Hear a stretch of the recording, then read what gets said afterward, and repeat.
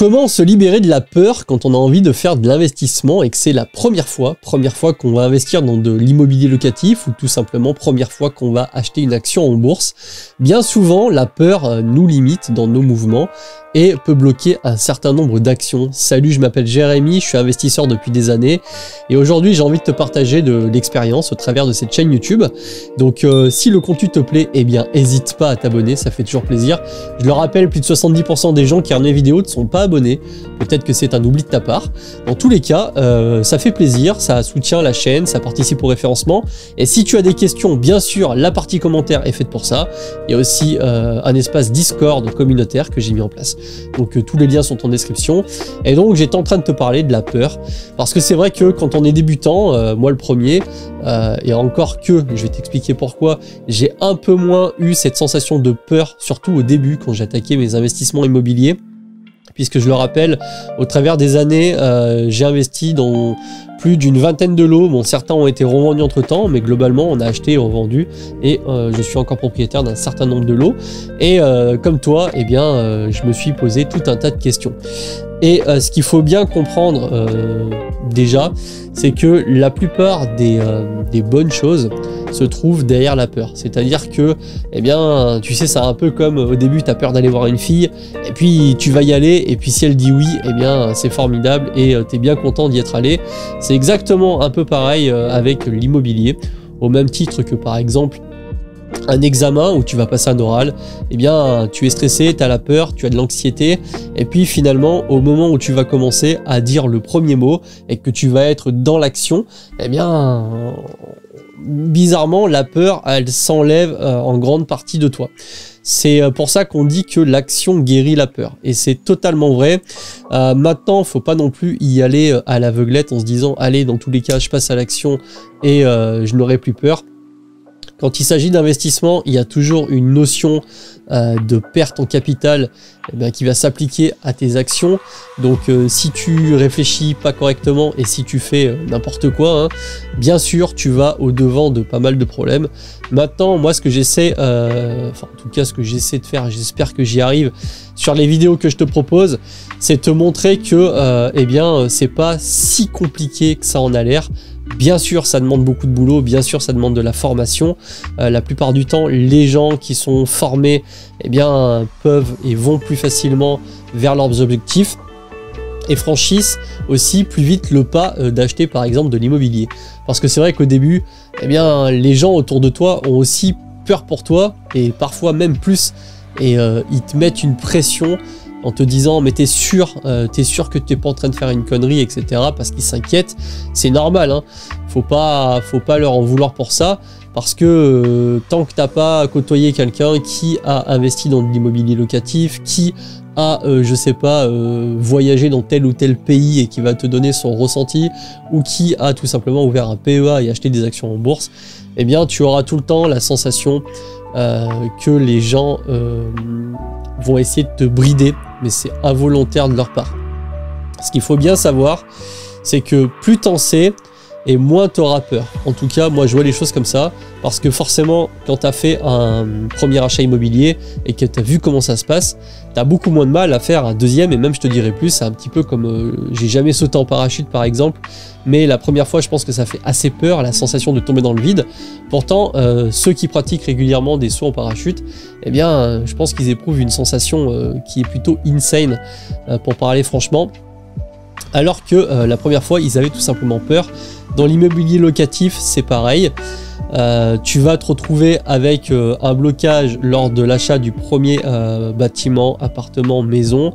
Et parce que tu sais pas trop comment ça va se passer chez le notaire, parce que tu te dis est-ce que si jamais je trouve pas de locataire, ça va être la galère, je vais me retrouver dans voilà, dans le caca financièrement parlant. Et puis finalement, tu achètes ton premier bien. Tu as réfléchi, tu t'es formé, tu t'aperçois que ça se passe bien, tu vas t'apercevoir qu'il y a de la demande locative et donc du coup tu as tout un ensemble d'informations que tu vas prendre en compte que tu n'avais pas au début. Et donc c'est pour ça que il est important, vraiment important de se former, ça évite pas mal d'erreurs. Je sais que Beaucoup de gens, moi le premier au début, je me disais voilà des formations à 2000, 3000 euros, mais pourquoi? On a tout sur internet de manière gratuite et c'est en grande partie vrai. Honnêtement, si tu ponces tout le contenu qu'il y a de manière gratuite sur internet, tu vas déjà en savoir plus que 99% des gens. Maintenant, les formations payantes, c'est vraiment un raccourci, ça t'évite d'aller chercher, tu sais, les morceaux de puzzle, les pièces de puzzle un peu de partout pour assembler ton puzzle. Quand tu prends une formation complète, tu vas vraiment plus vite et puis généralement on rentre bien plus dans le détail parce que forcément tu as payé pour un service et très généralement les gens eh bien, te donnent te donnent les vidéos à la hauteur de généralement ce que tu espères. Donc plus t'en sais, moins tu vas avoir peur. Moi, ce qui se passe, tout à l'heure, je te l'ai dit, j'ai pas forcément eu peur quand j'ai acheté mon premier bien immobilier locatif, parce que le premier bien immobilier que j'ai acheté, c'est l'appartement dans lequel je suis encore. J'ai décidé pour l'instant de rester dans cet appartement qui est très bien. Mais par la suite, ce qui s'est passé, c'est que j'ai acheté directement un immeuble de rapport locatif et j'étais associé, et je le suis toujours, avec mon meilleur ami. Meilleur ami qui, lui, de son côté, avait déjà acheter de l'immobilier locatif à titre perso et j'ai pu voir par procuration en étant avec lui eh bien comment ça se passait et surtout le fait qu'il y avait quand même pas mal de demandes locatives dans la ville où je suis malgré les croyances parce que je suis dans une ville qui a 20 000 habitants approximativement. Si tu élargis un peu les couronnes autour, on est plutôt sur une 40-50 000. Mais voilà, c'est vrai que quand t'as pas d'immobilier locatif et quand tu connais personne qui en a, tu peux vite te dire que est-ce qu'il y a une demande locative, est-ce que je vais arriver à louer, et tout ça, c'est vrai que ça te déclenche une peur dans le sens si je ne loue pas, je vais m'en trouver avec un crédit qui tourne et ça peut être très chaud financièrement c'est sûr. C'est sûr qu'il faut quand même se renseigner. Maintenant, par exemple, la bourse, on peut se dire que, c'est même pas on peut se dire, c'est que très généralement, on va entendre des gens qui disent « Oulala, moi je connais quelqu'un qui a fait de la bourse, ça s'est mal passé pour lui. » Et c'est vrai, hein, si tu fais n'importe quoi en bourse, forcément ça va mal se passer. Maintenant, il y a quand même beaucoup de vidéos, de livres, de sujets, d'articles de blog qui peuvent te donner quand même des bonnes pistes sur ce qu'il faut faire et sur ce qu'il ne faut pas faire. Au début, quand tu débutes, eh bien, investis, et encore une fois, ce n'est pas un conseil d'investissement, mais très concrètement, prends plutôt un ETF que de commencer à faire, je sais pas, des options avec des puts et des calls, où ça va être un peu plus compliqué, parce que tu n'as pas encore formé ton cerveau à tout ça. Moi maintenant, je t'avoue que j'achète des actions en bourse comme je vais acheter le pain et j'ai aucun mal à mettre 2000 € d'un seul coup sur une ligne d'action ou une ligne d'ETF parce que j'ai un peu d'expérience. Je suis loin d'être le meilleur, mais en tout cas j'ai de l'expérience, j'ai déjà vécu 2-3 crises, Brexit, Covid, etc. Donc je sais et j'ai déjà vu ce que ça donne. Et encore une fois, parce que j'ai déjà vu, parce que j'ai acquis de l'expérience, parce que j'ai des connaissances en plus par rapport au début, eh bien j'ai beaucoup moins peur. Je sais pas, c'est normal hein, d'avoir peur de perdre de l'argent parce que l'argent c'est tellement dur à avoir au début, surtout quand tu sais pas trop comment faire, quand tu as uniquement ton salaire. Moi je te cache pas que j'étais le premier hein, à penser au début, bon bah voilà, j'ai un BTS ou j'ai une école d'ingénieur, donc je vais être indexé sur tel ou tel salaire. T'as pas le bac, t'es au SMIC, voilà, t'as un bac plus 2, tu vas peut-être avoir un 1600, 1700 €, t'as un bac plus 3, etc. Tu vois, je voyais un peu les choses comme ça. Alors qu'en réalité, il y a tellement de moyens aujourd'hui pour arriver à se dégager des sources de revenus. Bien sûr, ça demande du boulot, mais c'est pas parce que t'as pas le bac que demain tu ne peux pas gagner 10 000 € par mois. Alors que c'est vrai que c'est dur à réaliser au début, et on a tendance à se dire trop souvent que oui, mais il dit ça en vidéo, c'est facile pour lui, etc. Et oui, c'est plus facile forcément quand tu as déjà avancé sur le chemin entre guillemets je sais pas comment on va dire ça, d'une indépendance financière ou de la liberté financière, ou t'appelles ça comme tu veux, mais c'est possible. Par contre, il faut s'en donner les moyens. Et vraiment, moi où j'ai accès vraiment comme un bourrin, ça va être vraiment sur les formations. Formation en ligne, formation vidéo, podcast, lecture de livres, j'ai appris à faire les rénovations, je sais pas, les bandes à joints, poser du placo, faire de la plomberie, etc. J'ai appris tout ça avec des vidéos sur YouTube. Là actuellement je suis en train de suivre une formation complète du coup voilà, on en apprend encore, malgré que j'en apprends quand même beaucoup moins que si j'étais totalement débutant, mais on apprend toujours. Et dans tous les cas, tu ne sauras jamais tout. Donc c'est important de se renseigner, de se documenter avant de se lancer. Maintenant, c'est aussi important de passer à l'action. Comme je te l'ai dit, l'action guérit la peur. Parce que si tu passes jamais à l'action et que tu restes systématiquement dans les starting blocks à faire ton plan, tu vas perdre beaucoup de temps. Il faut pas se lancer trop vite à l'aveuglette, mais il faut pas non plus passer des centaines et des centaines d'heures, des années à rester de ton côté à faire tes plans sur papier, parce que encore une fois, le plan parfait n'existe pas, surtout dans l'investissement de manière générale. Tu peux avoir un très bel investissement qui se concrétise et qui vraiment fructifie dans le temps. Maintenant, aussi bien tu vas acheter un bien immobilier, tu vas t'imaginer une rentabilité X et puis finalement tu seras bien au-dessus ou alors bien en dessous. Là aussi, il y a quelque chose que tu ne pourras pas remplacer, c'est l'expérience, parce que l'expérience, malgré tout, ça s'achète pas. On n'a pas encore, tu sais, la puce qu'on met dans la tête et tu télécharges l'expérience, etc. Il y a du partage d'expérience, exactement comme je te fais là, mais ton expérience à toi, vraiment. Tu sais, c'est un peu saute, t'inquiète, tu vas aimer, machin, etc. Lui, il le sait parce qu'il l'a fait 100 fois. Toi, tu l'as jamais fait. Tu te dis, ouais, tu doutes un peu, tu sais. Et c'est un peu ça. C'est un peu le reproche que je peux faire à beaucoup de gens, c'est que les gens ne s'appuient pas assez sur l'expérience des autres et surtout les erreurs des autres.